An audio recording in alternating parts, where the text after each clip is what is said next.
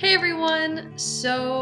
My name is Danielle Grimes. I know I'm not actually part of Equine Daily, but I was asked to guest speak a little bit on the Don't Be a Fruit movement. I was asked to come in on this topic because I am a biological engineer, and I have a little bit of knowledge on materials testing and bones and how forces act on bones. So first, actually, a little bit of background on me, since none of you know me, at least most of you don't know me. On Tumblr, my name is Menagerie of Chaos. I am a senior graduating in this May, in biological engineering. I'm actually getting inducted next week into the Student Hall of Fame of engineering for my college, so that's pretty exciting. A little bit of background on why I was asked to talk about this. I have taken a lot of classes on physics and materials. So let's see, I have taken on forces, just like forces and how they interact. I've taken Physics 1, Physics 2, both calculus based. Statics, which is the application of forces on steady items that stay still, so like that. Dynamics, which is, forces on things that move. I've also taken fluid mechanics, although that's not quite as applicable. More specifically though, the ones that I have more knowledge on, that the reason why I'm doing this video, I've taken mechanics of materials, which is where I studied materials testing and how to read those graphs and charts and what they actually mean. And the most important one, biophysical properties of materials, which is where I actually did some materials testing myself on raw chicken bones, which I actually lost that data, so I'm really sad. I'm going to try and see if I can't find it and talk about it, but I have done materials testing on chicken bones. It was an unprotected bone versus a protected bone using shin guards and testing which shin guard was the best. Unfortunately, I did lose that data. So that's a little bit of a background on me. Now I'm going to talk a bit more specifically on the Don't Be a Fruit movement and what a horse's hoof can do to your body.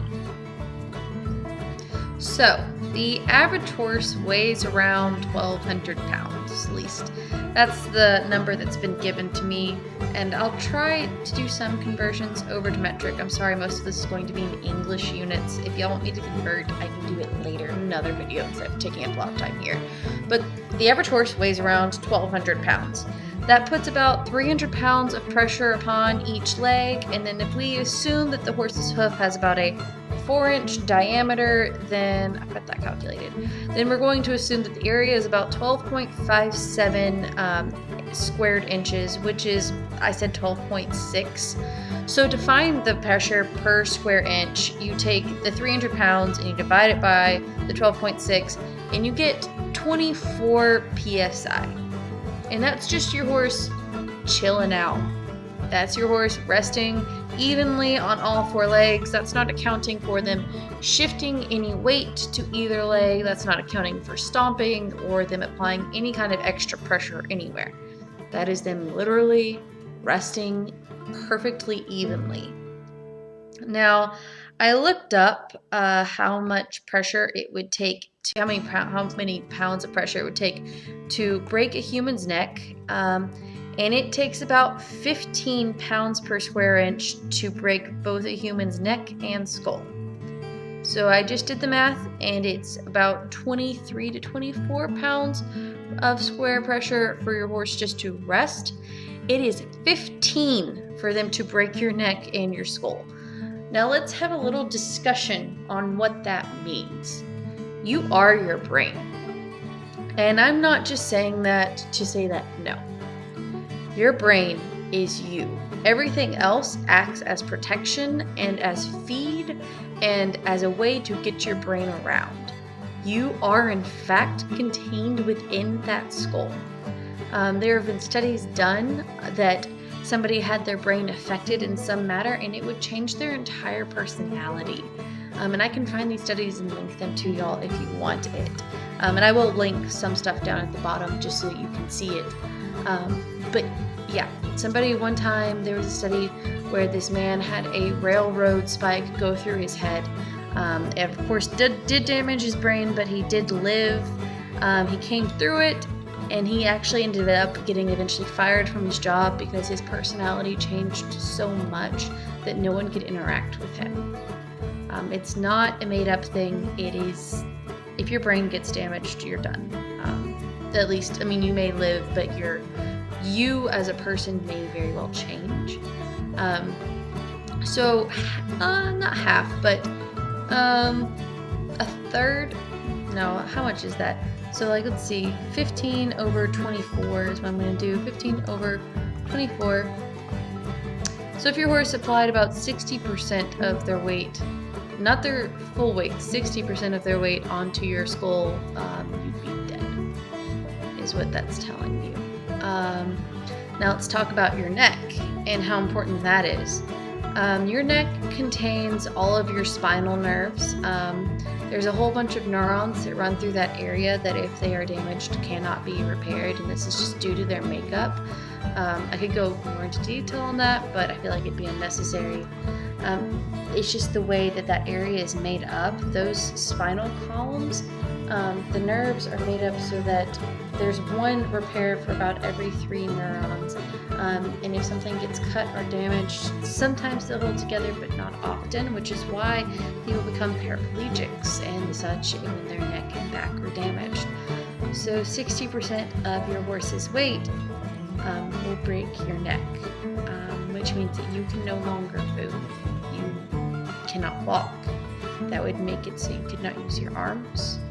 You would, in fact, be a vegetable. Possibly have your brain active. I mean, if you just managed to sever correctly, you could use your brain and your head, but you would have no motion. You would be restrained to a wheelchair for the rest of your life. So this brings back, why is Don't Be a Fruit important?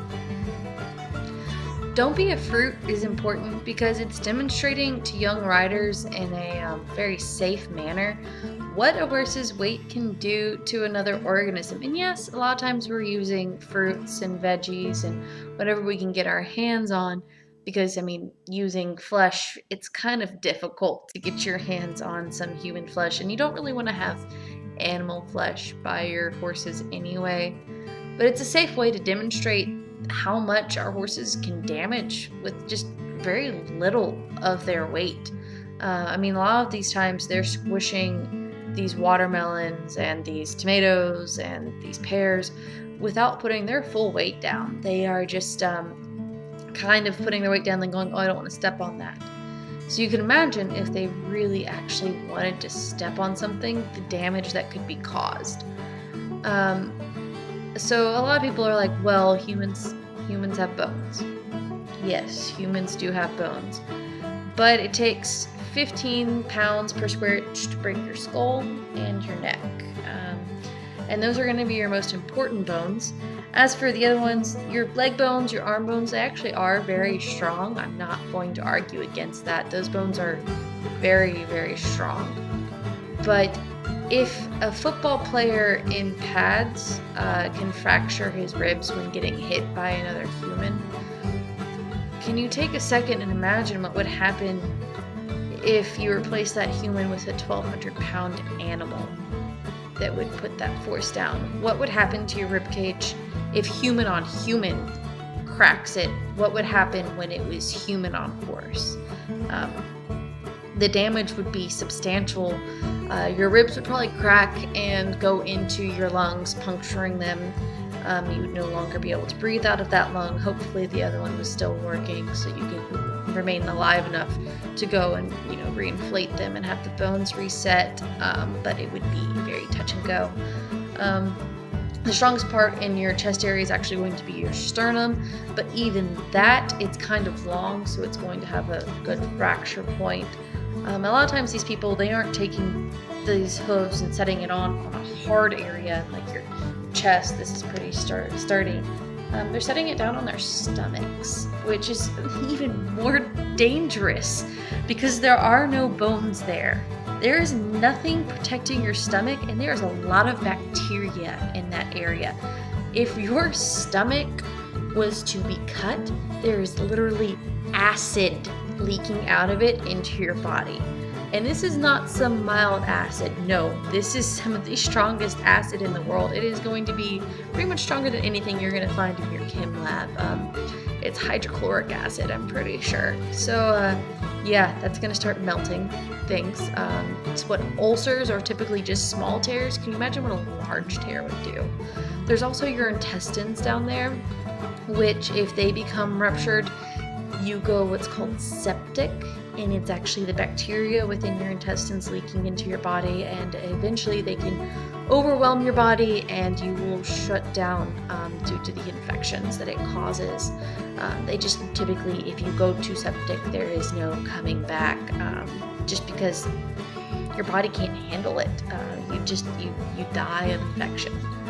And so you're going to take this horse's hoof that can rupture bone and put it on a soft area and trust that the horse may not have a moment, that it would just happen to put down even a fraction of its weight. It takes 60% of its weight to fracture your skull. Can you imagine how much of that weight it would take to rupture your stomach or your spleen? It's going to be more around 20%, 20 to 30, because these are very soft tissues that are very full of liquid and will burst. They aren't made to be, hardy. You're supposed to protect that area. But I should probably calm down on my lecturing now. Don't be a fruit. It's not about bullying. It's not about the fruit. It's about using the fruit as a demonstration as to how powerful these animals are. It's about telling young riders why you should take the safety precautions. If you have any questions for me on the science of things, I love talking about science. Hit me up. I'll put my Tumblr link in the bottom. It's menagerieofchaos.tumblr.com. Also, I'm sure if you put any questions towards Equine Daily, they can direct you to me. I also have a YouTube channel. It's English Horse Rider 10 with 1H. But that's pretty much going to be it. I hope that this answers some questions and maybe hopefully raises a few more that I would love to go in and dig through and find the research for. So go ahead, hit me up. I'm glad that Equine Daily invited me here to guest speak. Thank you guys so much. I really appreciate what y'all do. And don't be a fruit.